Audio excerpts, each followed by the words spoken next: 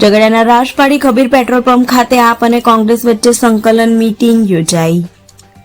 ભરૂચ જિલ્લાના ઝઘડિયા તાલુકાના Rajpadi Kabir petrol pump ખાતે કોંગ્રેસ અને આમ આદમી પાર્ટીની સંકલન મીટિંગનું આયોજન કોંગ્રેસ જિલ્લા પ્રમુખ રાજેન્દ્રસિંહ રણા તેમજ ઝઘડિયા તાલુકા કોંગ્રેસ પ્રમુખ ધનરાજ વસાવાની અધ્યક્ષતામાં યોજાઈ હતી।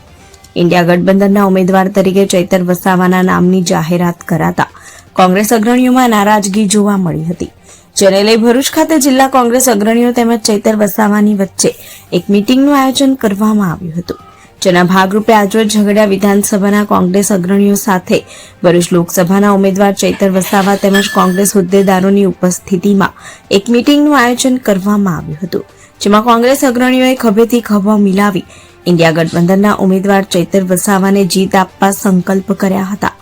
આ મીટિંગમાં કોંગ્રેસ તેમજ આમ આદમી પાર્ટીના હોદ્દેદારો તેમજ કર્તાઓ ઉપસ્થિત રહ્યા હતા।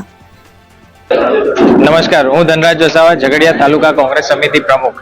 આજે ઇન્ડિયા ગઠબંધન થકી જે આમ આદમી પાર્ટી અને કોંગ્રેસનું એલાયન્સ થયું છે અને તેના અનુસંધાનમાં ચૈતરભાઈ વસાવાને ભરૂચ લોકસભાના ઉમેદવાર તરીકે ઘોષિત કરવામાં આવ્યા છે, તો ઝઘડિયા તાલુકા કોંગ્રેસ સમિતિ દ્વારા આમ આદમી પાર્ટીના કાર્યકર્તાઓ સાથે એક સંકલનની મીટિંગનું આયોજન કરવામાં આવ્યું હતું।